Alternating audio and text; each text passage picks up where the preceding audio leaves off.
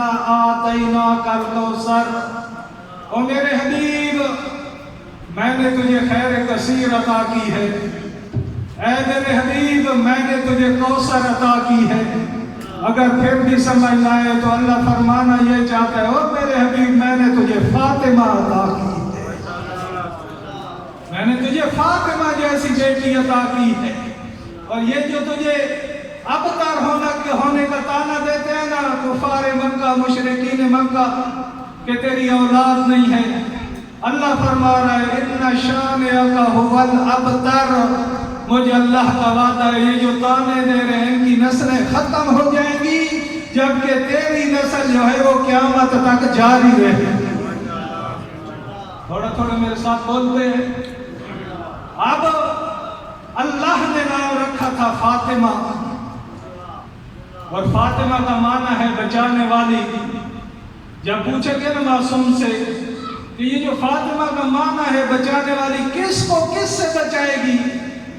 تو تیرے اور میرے پاک رسول نے فرمایا تھا کہ فاطمہ اپنے گناہگار شیعوں کو بروز محشر اپنے گناہگار شیعوں کو بچائے گی اللہ کے عذاب سے۔ پھر معصوم فرماتے ہیں حالت کیا ہوگی، ماحول کیا ہوگا کہ جب اللہ کا حکم ہوگا نا وہ میری کنیز جنت میں داخل ہو جا، جناب سیدہ چلتی ہوئی جنت کے دروازے پہ آئیں گی، رک جائیں گی، فخر کر کے اللہ نے تجھے فاطمہ جیسی بی بی کی کنیزی عطا کی ہے۔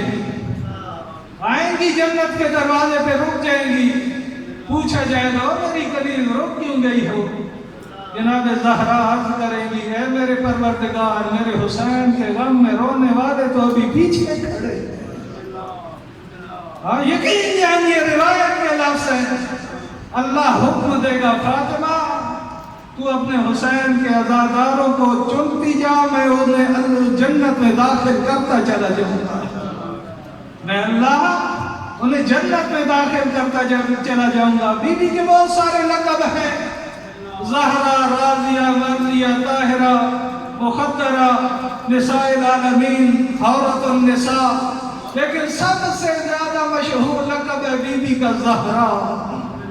کسی نے پوچھا تھا مولا سے، مولا آپ کی دادی کو زہرا کیوں کہتے ہیں؟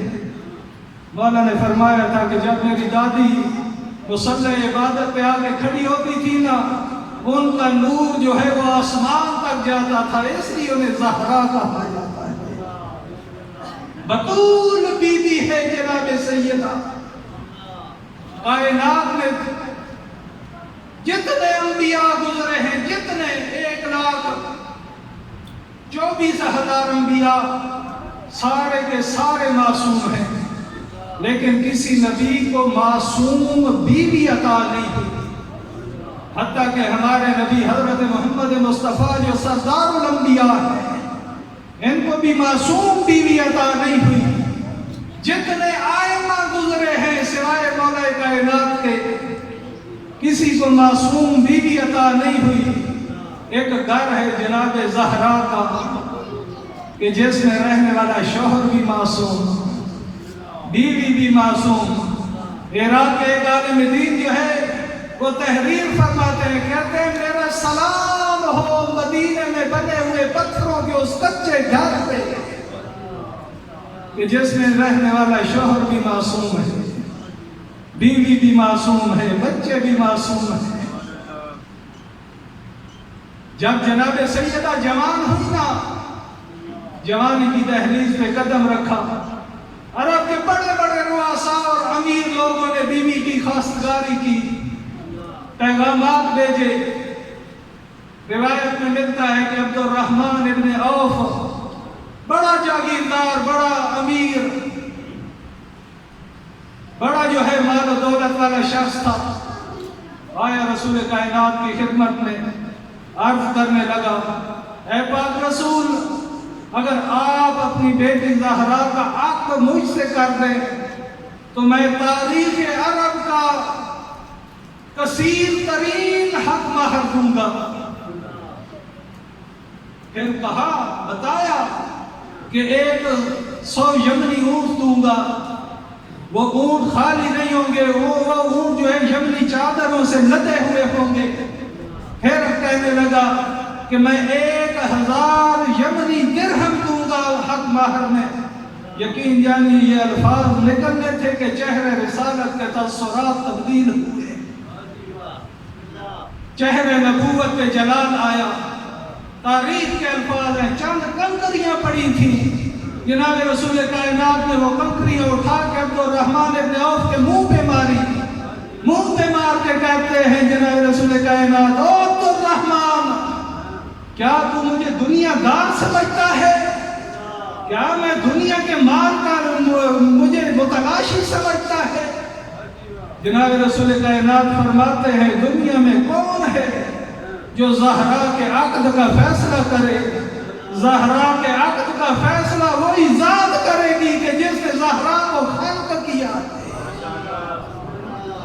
جب رسول کائنات ذرا پریشان ہوئے نا، یقین یعنی جبرائیل فوراً نازل ہوئے، اللہ کی طرف سے پیغام لے کر آئے، اور میرے رسول گھبرا نہیں، تیری زہرا کے لیے روئے زمین پہ میرا علی جو موجود ہے۔ تیرے میرے چھٹے آقا فرماتے ہیں، لولا علیون، اگر میرے دادا علی نہ ہوتے، لما کان لفاطمہ کفر، 1,24,000 انبیاء کی صف میں بھی میری جدہ زہرا کا کوئی کفر نہیں تھا۔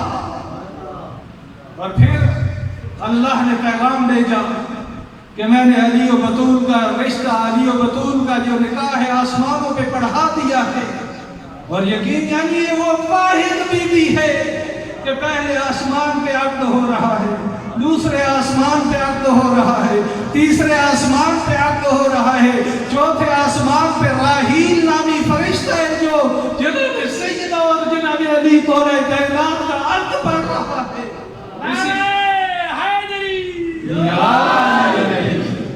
سات آسمانوں پہ جناب سیدہ اور جناب علی کا عقد پڑھا گیا۔ جب مولا نبی خدا اور اللہ تعالیٰ کے درمیان یہ گفتگو ہوئی، اللہ نے حکم دیا کہ زمین پہ عقد زہرا کا اہتمام کر۔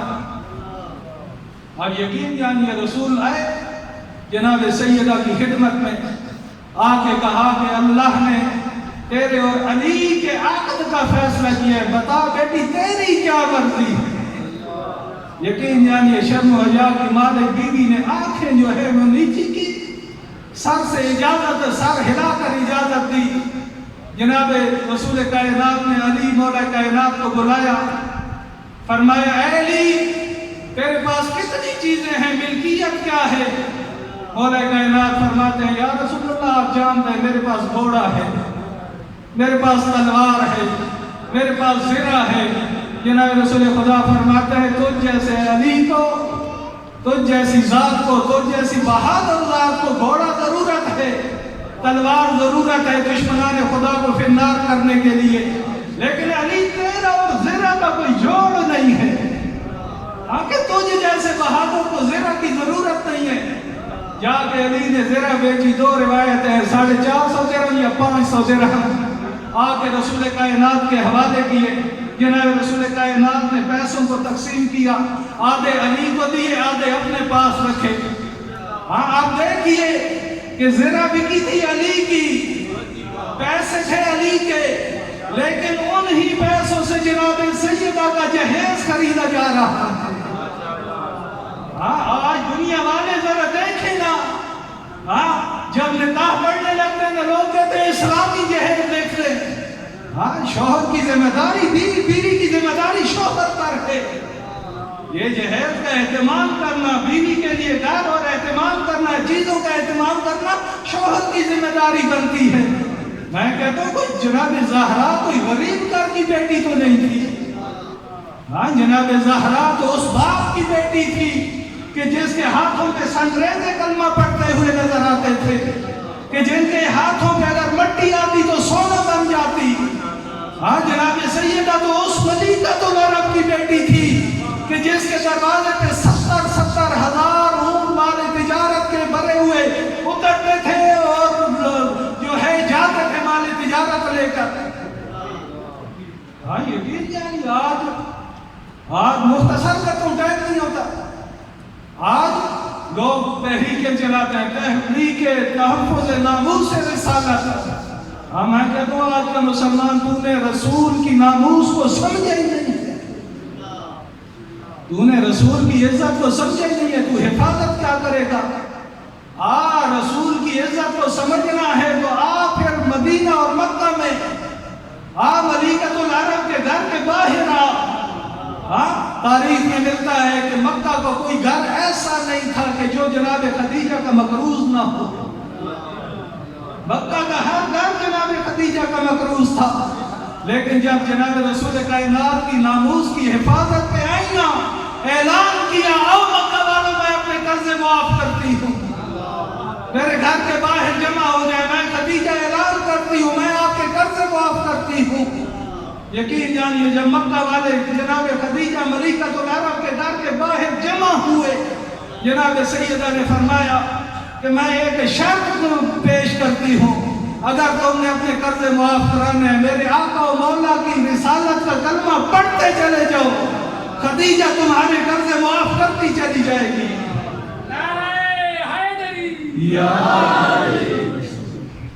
جناب خدیجہ کا مال تو اتنا پاک اور پاکیزہ ہے جس مال کی قسم اللہ قرآن میں کھاتا ہے. خدیجہ کا مال ہے, خدیجہ کا مال ہے وہ پاک اور پاکیزہ. مختصر کروں, عقد ہوا نا جناب سید و جناب مولا کائنات کا, ماں تھی نہیں, جناب رسول کائنات نے ماں اور باپ بن کر پالا تھا, ماں اور باپ بن کر رخصت کیا. آخری مرتبہ جب گھر سے رخصت کرنے لگے نا سینے سے لگایا, آخری نصیحت کی, زہرا بیٹی آج سے پہلے میں تیرا سرپرست اور حاکم تھا, آج کے بعد تیرا سرپرست اور حاکم علی ہے. میری بیٹی علی کے پاس مال دنیا نہیں ہے, کبھی ایسا سوال نہ کرنا کہ تو سوال کرے اور علی اسے پورا نہ کر سکے. اور یقین جانیے ساری زندگی جناب سیدہ کی گزر گئی, لیکن کبھی سوال نہیں کیا کہ شاید علی پورا نہ کر سکے. اور ایک عالم دین نے کیا بہترین جملے ارشاد فرمائے تھے کہ زہرا تو وہ بیوی ہیں کہ ادھر سے در نبوت سے الوداع کیا, در امامت اور ولایت میں داخل ہو گئی. در نبوت سے نکلی اور در امامت اور ولایت میں داخل ہو گئی. روایت فقط یہ بتاتی ہے کہ جب جناب سیدہ ایک مرتبہ بیمار ہوئی نا, علی مولا نے کہا تھا زہرا مجھ علی کا دل کرتا ہے کہ تم کچھ خواہش کرو اور میں اسے پورا کروں. یقین جانیے بیوی نے پھر بھی سوال نہیں کیا. جب علی کا اصرار بڑھا نا اس وقت بیوی نے کہا میری طبیعت ٹھیک نہیں ہے, کچھ بھی بیماری کا غلبہ ہے, دل چاہ رہا ہے کہ اگر ایک انار مل جاتا میری طبیعت سنبھل جاتی. علی مولا گئے, اناروں کا موسم نہیں تھا, واقعہ طویل ہے مختصر کروں. انار ملا, واپس آ رہے, راستے میں دیکھا نا ایک بیمار ہے جو تڑپ رہا ہے. علی پاس سے گزرے, اس سے پوچھا او بندہ خدا کیا ہوا ہے؟ وہ عرض کرتا ہے مولا بیمار ہوں, حکیم نے کہا ہے کہ اگر کہیں سے ایک انار مل جائے تیری طبیعت سنبھل جائے گی. اب علی کے پاس ایک انار ہے, ادھر جناب سیدہ ہیں, ادھر یہ جو ہے مریض ہے, بیمار ہے. قسم خدا کی نہیں ملتا کہ علی نے سوچا فوراً جو ہے وہ اللہ کی راہ پہ صدقہ کر دیا.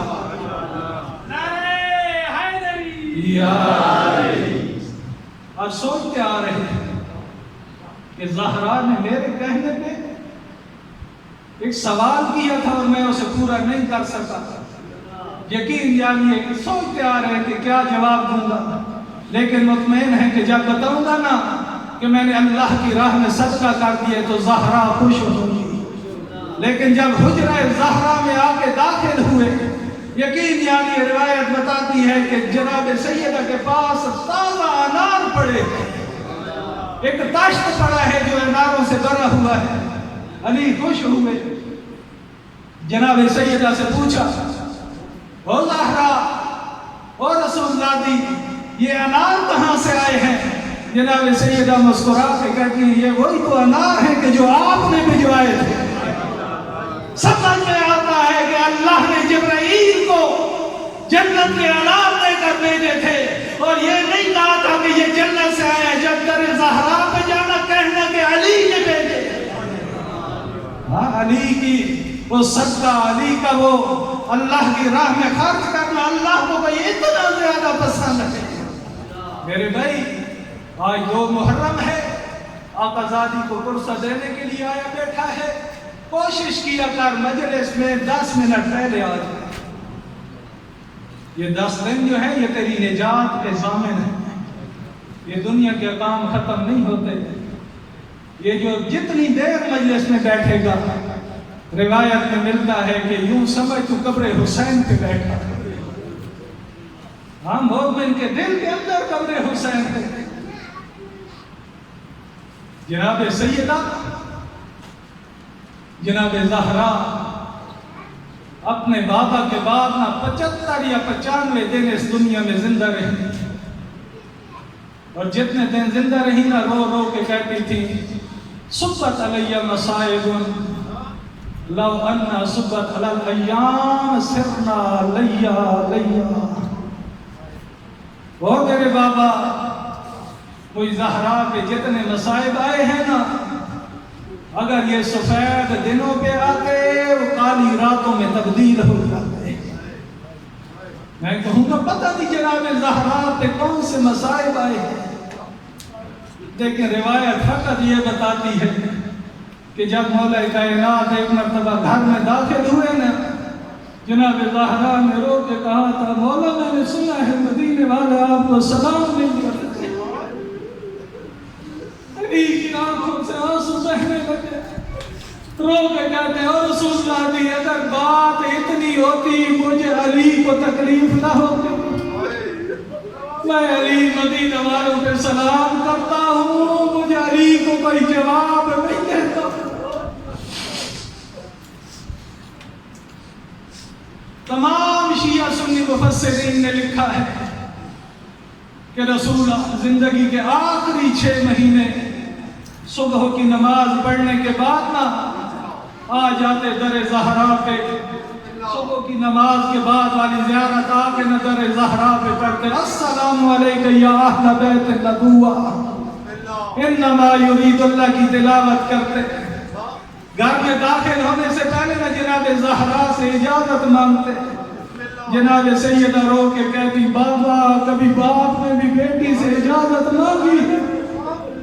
جناب رسول خدا فرماتے ہو بیٹی میں دنیا والوں کو بتا رہا ہوں اس گھر کی عظمت کتنی ہے، اور اس گھر کی عزت کتنی ہے۔ یہ وہ گھر ہے جہاں ملک الموت آ کے رک جاتا ہے، بغیر اجازت کے ملک الموت اس گھر میں داخل نہیں ہوتا۔ اور دنیا والوں کو بتا رہا ہوں میرے بعد اس گھر کی عزت عظمت بھول نہ جانا۔ لیکن 28 سفر ہے تیرے اور میرے پاک رسول کی رحلت، 4 دن گزرے تھے، 2 ربیع الاول کی تاریخ تھی، رسول کی قبر کی مٹی کا رنگ ابھی تبدیل نہیں ہوا تھا، رسول کی قبر کی مٹی ابھی خشک نہیں ہوئی تھی کہ 70 دہشت گرد آ گئے تھے در زہرا پہ زہرا کو فرصت دینے۔ کسی نے کہا نا علی کو باہر نکالو، یقین جانیے گھر میں کنیز بھی تھی، مولا خود بھی موجود تھے، حسن و حسین بھی تھے، لیکن کسی کو نہیں بھیجا، خود آئیں۔ سوچا ہوگا شاید میرا حیا کر جائے، شاید مجھے رسول زادی کا حیا کر جائے۔ آگے کہا کہ میں علی کو باہر نہیں بھیجوں گی۔ کسی ملعون نے کہا اگر باہر نہیں بھیجو گی ہم دروازے کو آگ لگا دیں گے۔ مختصر کرتا ہوں میرے بھائی تشریف، دروازے کو آگ کا لگنا تھا، یقین جانیے دروازہ لکڑی کا تھا، لکڑی جل گئی، لکڑی کے اندر لوہے کی کیلیں تھی، سرخ ہو گئی۔ کسی نے جو دروازے کو دھکا دیا، دروازہ جناب زہرا کے پہلو پہ آیا، رو کے کہا اما فضا میرا پہلو شکستہ ہو گیا ہے، میرا محسن شہید ہو گیا ہے،